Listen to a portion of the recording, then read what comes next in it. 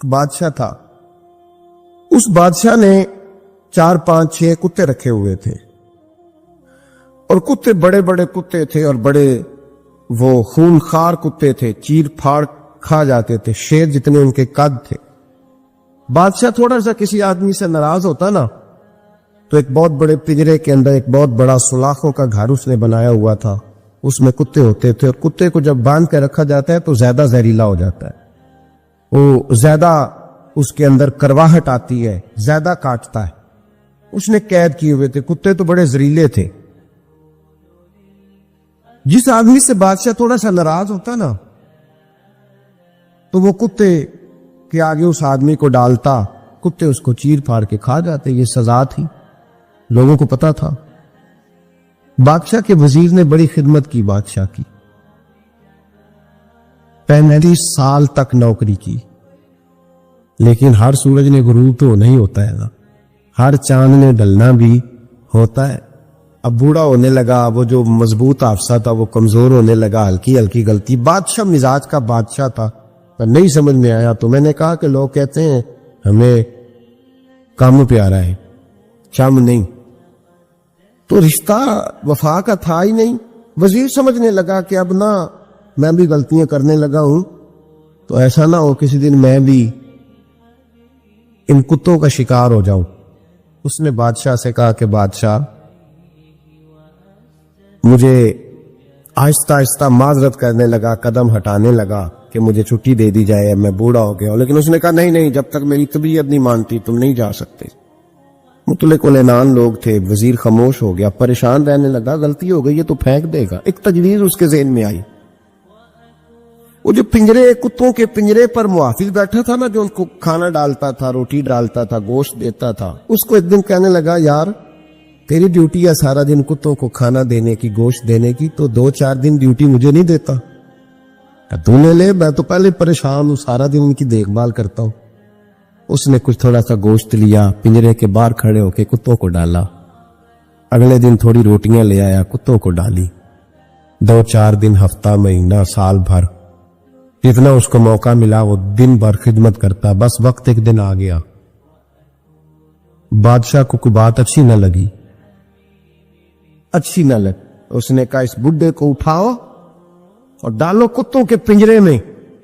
ساری زندگی یہاں رہا, اسے ابھی تک نہیں پتا چلا میرے مزاج کا. جب اٹھا کے پنجرے میں ڈالا نا, تو بجائے اس کے کہ کتے اسے کاٹ کھاتے, وہ اس کے پیر چومنے لگے. وہ پیر چومنے لگے, ہاتھ چومنے لگے, چاٹنے لگے. تو بادشاہ سامنے کھڑا تھا نظارہ دیکھنے کو کہ چیر پھاڑ کرتے تو خوش ہوا کرتا تھا. خونخوار درندے جیسی اس کی طبیعت ہو گئی. جب دیکھا پیار کر رہے ہیں, تو بادشاہ وزیر سے کہنے لگا یہ کیا ہے؟ تو وزیر رو پڑا, کہنے لگا تو سیاست دان تھا تو میں بھی سیاست دان تھا, ساری زندگی سیاست کی, لیکن دنیا داروں کے ساتھ رہا, تو انجام یہ ہوا کہ مجھے اس پنجرے میں ڈال دیا گیا. دیکھ تو بہت بڑا سیانہ تھا اور میں بھی سمجھدار تھا, وزیر رہا, لیکن ہمارا روح کا رشتہ نہ بن سکا. ارے ہم سے تو یہ کتے ہی اچھے نکلے. تیری 40 35 سال خدمت کی تو نے کتوں کے آگے ڈال دیا. انہیں تو چند مہینے روٹی ڈالی ہے, میرے وفادار ہو گئے. چند مہینے روٹی, جنہ تنا وچ عشق نہ رچیا کتے نہ تھی چنگے. جنہ تنا وچ عشق نہ رچیا کتے نہ تھی چنگے. مالک دے کر راکھی کر دے صابر بھوکے ننگے. حضور نے فرمایا آؤ میں تمہیں پچھلے زمانے کے ایک ایماندار نوخیز ولی اللہ کی بات سنو. پچھلے زمانے, حضور نے فرمایا پچھلے زمانے میں ایک بادشاہ جادو کے زور پہ حکومت کرتا. جب وہ ایک جادوگر اس نے رکھا ہوا تھا تو جادوگر اس کو جادو بتاتا, وہ جادو کے زور پر حکومت کرتا. جادوگر بوڑھا ہو گیا تو کہنے لگا بادشاہ کو نوجوان میرے پاس بھیج دے, اب میں بوڑھا ہو گیا ہوں, میرا پتہ کوئی نہیں کب مر جاؤں.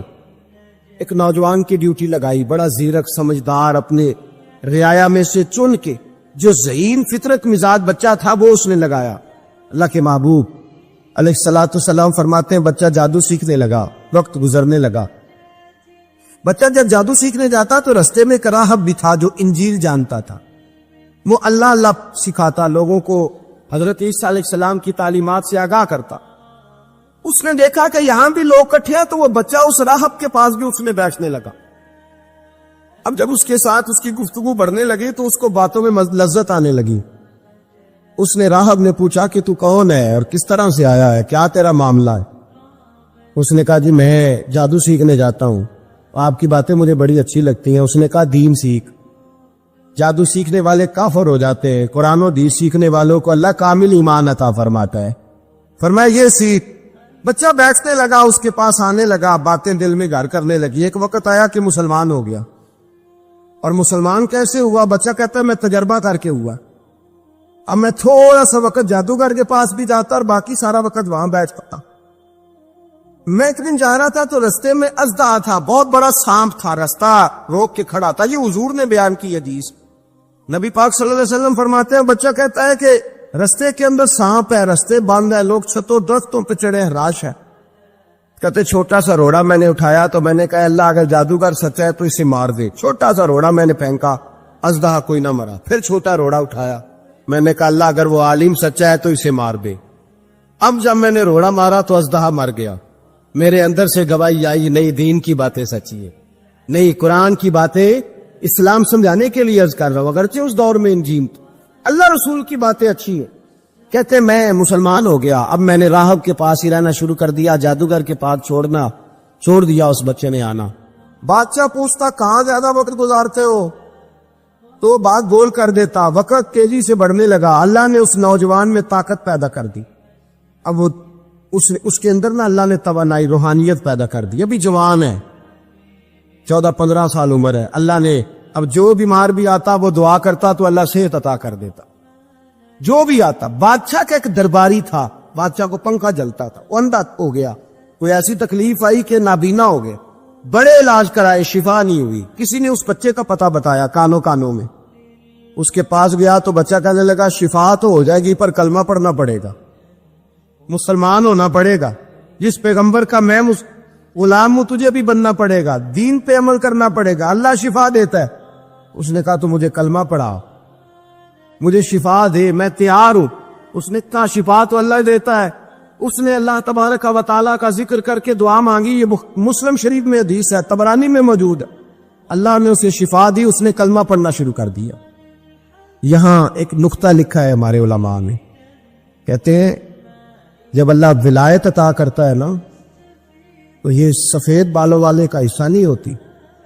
اگر جوانی میں کوئی آدمی توبہ کر کے تصوف کے رستے پہ چلتا ہے تو سب سے زیادہ ولایت اللہ اسے عطا فرماتا ہے. سب سے زیادہ ولایت اس کے پاس ہوتی ہے. ابھی اس کے بال کالے ہیں, چڑھتی جوانی ہے. دعا کی تو اللہ نے, اور حدیث پاک میں موجود ہے, کوڑے آتے تو شفا یاب ہو جاتا ہے, اندھے آتے تو شفا یاب, برس والے آتے تو اللہ سے دے. جوان ہے. بادشاہ کے پاس وہ واپس گیا. وہ جو آدمی جس کی آنکھیں ٹھیک ہوئی تھی, بادشاہ نے پوچھا کہ کیسے شفا ملی, تو کہنے لگا میرے رب نے شفا دی ہے. بادشاہ سجدے کراتا تھا, اپنے آپ کو منواتا تھا معاذ اللہ. کہنے لگا میرے علاوہ کون رب ہے؟ اس نے کہا وہی رب ہے جس نے تجھے پیدا کیا ہے, اور وہی رب ہے جس نے مجھے اندھے کو آنکھیں دی ہیں, وہی ہے میرا مالک. کہا اچھا تو مجھے نہیں مانتا؟ کہا نہیں میں اپنے رب کو مانتا ہوں. بادشاہ نے اسے سزا دی, ستایا. اس نے بچے کا پتہ بتایا. پھر بچے کو بلا کے ستایا تو اس راہب کا پتہ بتایا. راہب بھی قتل ہو گیا, نابینا بھی قتل ہو گیا. بادشاہ نے کہا سپاہیوں سے اس بچے کو لے جاؤ اور پہاڑ کی چوٹی پہ جا کے نیچے پھینکو تاکہ مر جائے. بچہ پہاڑ کی چوٹی پہ گیا تو ہاتھ اٹھا کے کہنے لگا یا اللہ میرے لیے نہیں اپنے لیے, میرے لیے نہیں اپنے لیے انہیں اپنی قدرت کے جلوے دکھا. میرے لیے نہیں. اللہ کے بندے اپنی جان بچانے کی دعائیں نہیں مانگ, اپنے لیے انہیں اپنی قدرت کے جلوے دکھا. یہ دعا مانگی. جتنے لوگ ساتھ آئے تھے وہ سارے زمین پہ گرے اور سب مر گئے, پہاڑ سے گر کے مر گئے. بچہ واپس سیدھا بادشاہ کے پاس کہنے لگا لو بھائی میرے رب نے مجھے بچا لیا ہے. جوان کا ایمان دیکھو, میرے رب نے مجھے, بولو میرے اللہ نے مجھے ایمان کی گواہی دے رہا ہے, میں بچ کے آؤں, تو جھوٹا ہے, میرا رب سچا ہے. اس نے کہا لے جاؤ اس کو دریا میں, کشتی میں بٹھاؤ, بیچ دریا کے جا کے دھکا دے دو. بیٹھے کشتی میں, دریا کے بیچ گئے, اور جب جا کے وہاں اس کو دھکا دینے لگے تو اس نے کہا اللہ میرے لیے نہیں اپنے لیے انہیں اپنی قدرت کے جلوے دکھا. بس ایک طوفان سا آیا، جتنے سپاہی ساتھ آئے تھے ڈوب کے مر گئے. وہ بچہ اٹھا اور سیدھا پھر بادشاہ کے پاس، اسی کے پاس کہنے لگا لو بھائی میرے رب نے مجھے بچا لیا ہے، تیرے پاس آیا ہوں. وہ کہنے لگا تو کیا مصیبت میرے گلے پڑ گئی ہے، کیسے جان چھوٹے گی؟ تو بچہ کہنے لگا اگر تو مجھے باندھے درخت کے ساتھ اور سارے ملک کو بلائے، لوگوں اکٹھا کرے، پھر تو مجھے تیر مارنا، میں تجھے بتاؤں گا کیسے مارنا ہے، میں مر جاؤں گا. اللہ کا بندہ نوجوان ایمان دیکھو، مرنے کے طریقے بتا رہا ہے. میں تجھے بتاؤں گا میں کیسے مروں گا. یہ بات کہی، بادشاہ نے سارا مجمع جمع کیا، ملک سارا باہر آ گیا، درخت کے ساتھ باندھ دیا. کہنے لگا بھائی لوگوں یہ مجھے مارنا چاہتا تھا، مار نہیں سکا، اب میں اسے بتانے لگا ہوں کہ میں کیسے مروں گا. اسے کہو جب تیر مارے تو صاحب میرے رب کا نام بھی لے، میں اپنے رب کے نام پہ جان دوں گا، ایمان کی پختگی میں اللہ کے نام پر جان دوں گا. اسے کہو رب کے نام پہ مارے، مر جاؤں گا. بادشاہ نے اللہ کہہ کے تیر مارا، پیشانی میں لگا، بچے کی روح پرواز کر گئی. جتنا مجمع کھڑا تھا سارا کلمہ پڑھ کے مسلمان ہو گئے، سارے مسلمان ہو سارے. میرے رسول پاک سید عالم صلی اللہ علیہ وسلم نے نوجوانوں کو بتایا جب تمہارے اندر ایمان کی قوت آئے گی تو اللہ تمہاری مدد کرے. فرمایا وہ نوخیز ولی تھا، ابھی جوان راہ نہ تھا، ابھی اس کی پیشانی پر جوانی کے آثار تھے، لیکن اسے اللہ کو راضی کیا، رب کریم کو راضی. ولایت کا مطلب بڑھاپا نہیں، ولایت کا مطلب وہ نہیں کہ جب بڑا لمبا وقت گزر جائے تو پھر آدمی آئے کہ نہیں ہم کیا کرنا ہے، اب مسجد ہی ہے، اب پھر اس کے علاوہ گزارا ہی کوئی نہیں. تو اس وقت کا آنا اللہ کی بارگاہ میں قبول تو ہے، لیکن شاباشی اسی کو ملتی ہے جو جوانی کا وقت آئے، جو عین اس وقت آئے جو وقت میرے رسول پاک علیہ السلام کے غلام عبداللہ ابن عمر، حضرت عبداللہ ابن عمر رضی اللہ تعالیٰ عنہ فرماتے ہیں کہ میں نکلا، مجھے سفر کے لیے جانا تھا، تو تھوڑی سی کھجوریں، تھوڑا سا سرکہ، ایک شہد کی بوتل، چیزیں میں نے سفر کے لیے ساتھ رکھ لی. میں جب مدینے سے باہر صحرا میں نکلا نا تو رمضان نہیں تھا، غیر رمضان تھا. میں نے ایک نوجوان کو دیکھا بکریاں چرا رہا، بکریاں چراتا. اے جوان، آپ فرماتے ہیں اس کا چہرہ بڑا نورانیت والا، گرد پڑی ہوئی پر بڑا حسین. فرماتے ہیں میں نے اس کو کہا کہ آ جاؤ کھانا کھا لو، روزے بھی نہیں تھے. کہنے لگا نہیں میں نے روزہ رکھا ہوا ہے. فرماتے ہیں میں نے کہا پتہ کروں کہ نیرا نیک ہی ہے کہ پرہیزگار بھی ہے. نیک وہ ہوتا ہے جو نماز پڑھے روزہ رکھے، پرہیزگار وہ ہوتا ہے جو گناہ سے بچے، وہ پرہیزگار ہوتا ہے. کہا پتہ کروں پرہیزگار بھی ہے کہ نہیں. کہتے میں قریب گیا تو میں نے جا کے اس کو کہا بھائی